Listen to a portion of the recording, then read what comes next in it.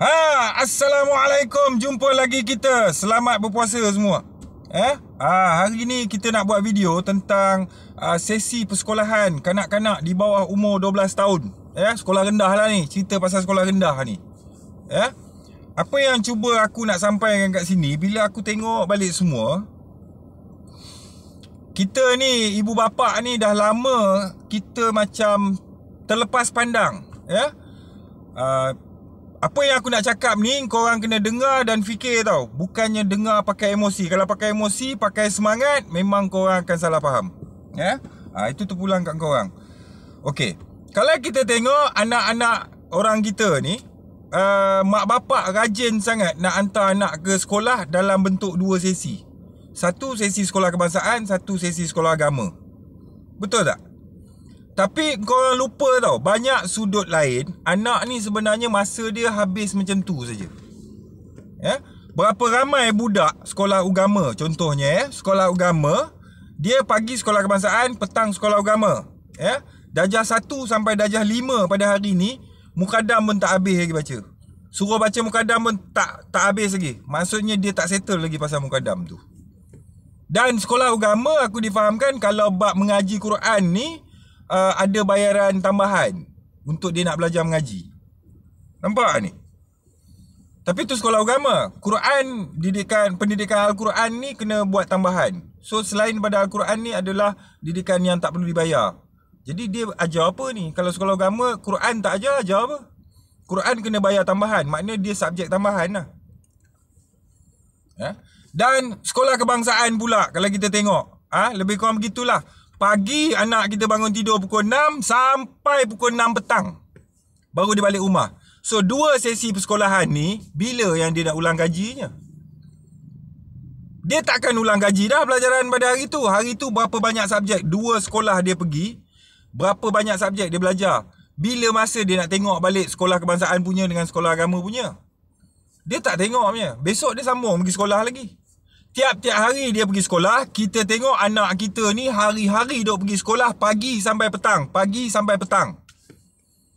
Tapi bila kita cek balik, daripada tahun 1 sampai tahun 5, baca mukadam pun tak lepas lagi. Solat pun tak betul lagi. Nampak ni? Ini dinamakan apa tau? Nampak meriah. Tapi sebenarnya, budak tu hanya dipergunakan oleh kita untuk show off je. Jadi nak menunjukkan bahawa anak-anak orang Malaysia ni dia pagi sampai petang di sekolah. Bila dia nak ulang gaji pelajaran tu? Tak ulang gaji. Tak ulang gaji, meriah pada pergi sekolah ajalah. Tapi budaknya tak pandai pun. Pergi cek budak-budak sekolah agama ni. Sampai darjah 5, semayang pun tak betul lagi. Basic tu, asas tu. Betul tak?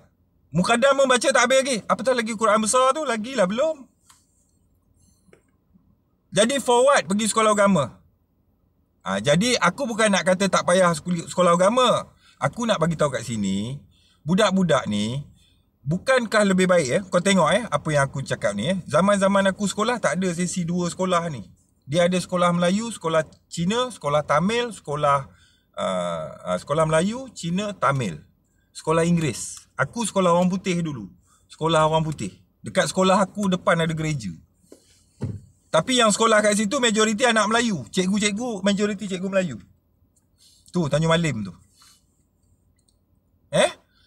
Tapi aku hafal surah Yasin pada umur aku 10 tahun. Aku hafal surah Sejadah pada umur aku 13 tahun. Padahal aku tak sekolah agama pun. Macam mana tu? Jadi kalau kita tengok kat sini, bukankah lebih baik tak payah pergi dua sesi persekolahan? Nampak macam meriah, tapi sebenarnya buang masa budak tu dan budak tu jadi tak pandai pun. Dua beban sekolah tau dia nak kena tanggung. Pada usia dia bawah 12 tahun. Pilih. Nak hantar dia sekolah agama, cukup sekolah agama je. Sekolah kebangsaan tak payah. Atau nak hantar dia sekolah kebangsaan, sekolah agama tak payah. Bila dia ada sekolah kebangsaan, contoh dia sekolah pagi, dia balik tengah hari, dia boleh ulang kaji pelajaran dia di rumah dalam keadaan dia relax. Petang dia boleh pergi main. Umur budak bawah 12 tahun ni umur zaman permainan. Dia ni jenis pergi mana pun nak main. Pergi masjid pun dia main. Main lari-lari dalam masjid. Biasalah umur tu memang umur main. Bukan umur untuk kita perah dia suruh pergi belajar. Nak perah pergi belajar ni zaman sekolah menengah tu. Faham tak? Jadi ini yang dikata apa? Yang digendong berciciran, yang dikejar tak dapat. Punya beria hantar anak sekolah sampai sesi, sampai ke senja. Anak tak dapat apa. Yang dia dapat beban, penat. Bukan dia pergi belajar pun, pergi main je lah. Pasal apa? Dalam keadaan dia penat, terkejar sana terkejar sini, apa yang dia boleh fokus? Betul tak? Jadi kalau nak hantar anak sekolah agama, hantar sekolah agama, setengah hari habis. Balik rumah, ulang kaji pelajaran, petang pergi main, malam boleh ikut ayah pergi masjid. Malam boleh belajar mengaji dengan mak ke, dengan ayah ke, dengan opah ke, boleh. Ada masa. Bukankah itu lebih teratur untuk budak-budak ni? Biarlah budak ikut ayah pergi masjid. Dia pergi masjid main-main. Dia budak-budak ni pergi masjid main-main. Biarlah dia main kat masjid. Aku dulu zaman budak-budak main kat masjid. Baling slipper masuk sampai dalam masjid tu. Tapi bila dia besar besok, dia tak adalah main lagi kat masjid. Dia dah biasa di masjid mengikut ayah dia pergi masjid daripada dia kecil. Bila dia besar besok, dia pergi masjid tak main dah lah. Dia pergi semayang lah, pergi solat. Dia biasa dengan masjid. Faham tak? Jadi budak-budak main kat masjid jangan marah. Biar kat dia. Memang umur dia tu umur main dia. Bukanya mata main. Mainan. Itu je lah. Tak apalah, biarlah kat dia. Biar dia main kat masjid. Daripada dia main motor, merempit sana merempit sini, pergi isap dadah, isap ganja, apa semua lagi pening. Biar tempat lepak dia kat masjid. Tak percaya pergi tengok kat masjid sekarang ni. Malam-malam maghrib isyak pergi tengok. Ada tak anak-anak budak-budak umur 12 tahun ke bawah kat masjid? Tak ramai. Pasal apa? Mak bapak tak boleh nak bawa anak ni pergi masjid. Pasal apa? Anak dah penat. Daripada bangun pagi pukul 6 sampai pukul 6.30 petang. Duduk kat sekolah. Malam nak pergi masjid. Bila nak tengok buku? Kan? Jadi tolak salah satu. Tambahan sekarang ni, kita tengok keadaan sekolah kebangsaan dengan sekolah agama ni, masa dia terlampau tight. Sampai budak macam, aku tengok macam nak pitam dah budak. Pasal apa? Terkejar sana. Balik sekejap duduk, tak ada apa. Dah nak kena pergi sekolah pula. Tak relax tau. Bila tak relax, dia hanya hantar badan pergi sekolah. Hati tak ada pun. Pergi jumpa kawan seronok main-main dah lah. Kan? So fokus satu sekolah. Aku ada kawan aku dekat Kelang. Dia ni imam tau. Anak dia sekolah agama je. Sekolah kebangsaan tak pergi. Tapi hari ni anak dia masuk universiti tau. Anak dia 7A juga. Sebab apa? Fokus. Yang penting fokus. Bukan yang penting banyak. Banyak tak boleh fokus nak buat apa. Baik sikit boleh fokus. Jadi jangan terkejut kalau aku kata pilih salah satu sekolah je. Tak payah dua sekolah kalau macam ni. Pasal keadaan tight sangat. Apa nak takut? Tak hantar anak sekolah kebangsaan nak takut apa? Bagi dia didikan sekolah agama. Fokuskan pendidikan agama. Boleh je. Apa nak takut tak hantar anak sekolah agama? Bagi dia pendidikan sekolah kebangsaan. Fokus pada akademik. Kan? Sekurang-kurangnya anak tu dapat ikut ayah pergi masjid. Anak tu malam boleh mengaji kat rumah. Dia balik sekolah tengah hari boleh ulang kaji pelajaran. Dia ada masa bermain dengan kawan-kawan dia. Nampak tak? Ini duk tekan anak tu Isnin sampai Jumaat sekolah. Meriah nampak. Rajin pergi sekolah. Budaknya padahal 5 tahun pergi sekolah, baca Quran pun tak pandai lagi. Solat pun tak betul lagi. Nampak ni? Jadi saranan akulah, kadang-kadang orang politik ni, dia nak tunjuk pada, dia nak menunjukkan bahawa negara dia penuh dengan institusi pendidikan. Faham tak? Jadi kita nampak budak-budak ni, anak-anak orang ni sibuk pergi sekolah. Tapi sebenarnya kualiti tak ada, kuantiti banyak tu. Pergi cek, anak kau dah pandai mengaji belum? 4 tahun, 5 tahun dah sekolah agama. Pandai ngaji tak pandai? Tak pandai. Yang penting kalau dah pergi sekolah agama, Quran tu penting lah. Solat tu penting lah, basic-basic ni penting lah. Tapi mengaji Quran dikira subjek tambahan, kena bayar. Patutnya sebut saja sekolah agama, Quran tu nombor 1. Solat tu nombor 1. Tak pergi sekolah agama buat apa? Belajar fiqah, tauhid, tasawuf. Solat tak belajar. Nak buat apa dengan fiqah, tauhid ni semua kalau solat tak ajar? Belajar fiqah, tauhid, tasawuf, Quran tak ajar. Nak buat apa fiqah, tauhid, tasawuf ni semua kalau Quran tak pandai baca? Nampak ni? Sebab tu aku cakap yang nak jadi menteri pendidikan, nak jadi pegawai-pegawai di Kementerian Pendidikan ataupun yang nak duduk dalam institusi pendidikan, sama ada Islamik ataupun akademik apa ni semua, mestilah orang-orang yang ada akal, yang sihat. Jangan pandai bercakap je kat TV tapi analisis tak ada. Benda-benda macam ni pun tak nampak. Hari ni aku tengok mak bapak berlengah-lengah berpuluh-puluh tunggu anak depan sekolah. Anak tu ada masa tak pergi masjid? Tak ada. Budak daripada umur dia bawah 12 tahun, daripada dia dah boleh berjalan sampai umur dia 12 tahun, tak ada peluang ikut ayah pergi masjid. Patut ke macam tu? Bukan kita dulu mak bapak galakkan kita, kau malam pergi masjid, malam pergi masjid. Mak bapak tak pernah peduli kau nak main basikal ke, kau nak main apa ke, kau nak jumpa kawan main kejar-kejar ke, pergi masjid. Bukankah kita diajar bawa anak ke masjid, pimpin tangan anak bawa pergi masjid? Bila nak buat benda ni? Tak boleh buat. Sabtu Ahad anak tak nak ikut. Pasal apa? Dia dah penat Isnin sampai Jumaat. Lepas tu Sabtu Ahad nak bawa dia pergi masjid. Dia tak nak. Dia nak duduk rumah. Dia nak pergi berjalan, dia kata. Jadi tampak tak kelangkabutnya institusi pendidikan kita, anak kita punya suasana pendidikan dia, nampak tak kelangkabut? Jadi yang ni aku nak cakap. So ibu bapa, mana yang rasa nak hantar anak dia dua sesi persekolahan, pergi lah. Mana yang rasa nak hantar satu sesi persekolahan, hantarlah satu je. Tak payah risau pasal agama ni semua. Pasal apa? Agama ni kita boleh panggil ustaz datang mengajar. Sebab kalau anak kita pergi belajar Al-Quran kat sekolah agama, ada bayaran tambahan kan. Hantar anak pergi tuition, panggil ustaz ke, pergi rumah ustaz belajar mengaji. Kat masjid-masjid ada. Ajar mengaji orang tua-tua, ajar mengaji budak-budak ada. Pergilah masjid.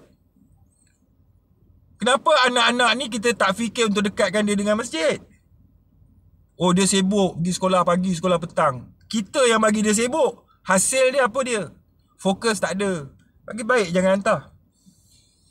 Kau nak anak kau berjaya dalam bidang akademik, kekalkan dia di sekolah kebangsaan. Sekolah agama tak payah. Kau nak anak kau maju dalam bidang Islamik, pendidikan Islam, kekalkan dia di sekolah agama, sekolah kebangsaan tak payah. Kan? Buat dua sesi sekolah ni, budak-budak kelangkabut, tak belajar pun. Betul tak?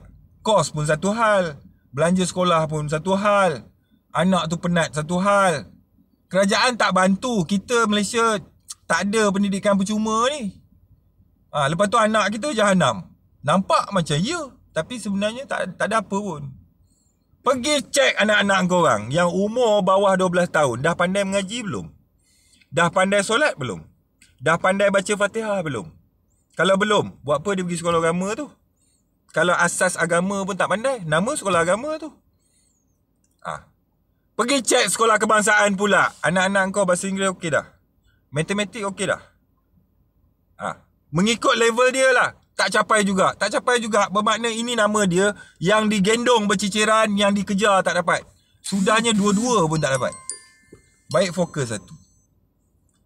Jadi cadangan aku kepada ibu bapa, mana yang bermasalah dengan keadaan anak yang huru-hara masa sekolah ni, sebabkan PPD ke ataupun pihak kementerian dia tak kaji dalam sudut pembahagian masa ni, antara sesi pagi, sesi petang, dua sesi ni, masa pun tak ada.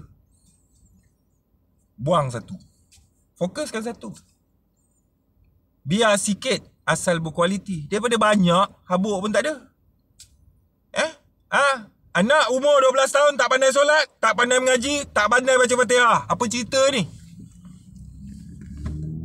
Ingat nak masuk kubur besok bawa SPM, STPM ke? Fikir baik-baik kalau dah dia pergi sekolah agama tak pandai, baik kau tarik dia keluar sekolah agama, kau ajar dia. Faham tak? Aku dulu sekolah orang putih.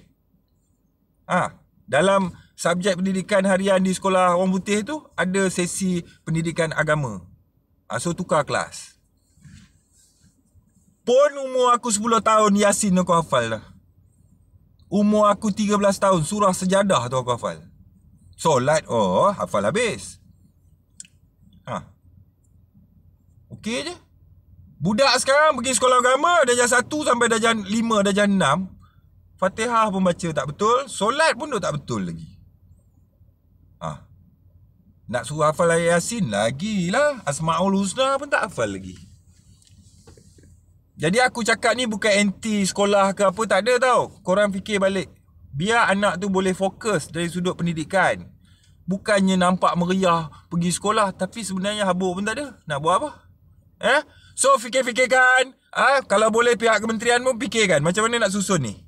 Kenapa ada 2 sesi ni yang menyebabkan budak-budak ni tak ada ruang untuk ulang kaji? Satu. Yang kedua, budak-budak ni tak perlu sembahyang Jumaat. Tak perlu ikut mak bapak pergi masjid Maghrib Isyak.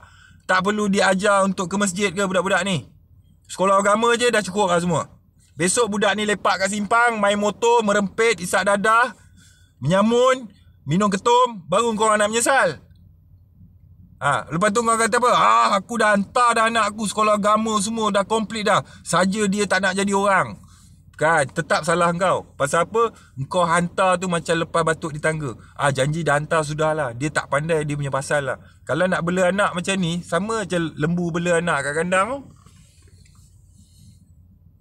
Faham tak? So fikir-fikirkan. Sekian, wassalam. Nanti kita datang lagi dengan video-video seterusnya. Ya.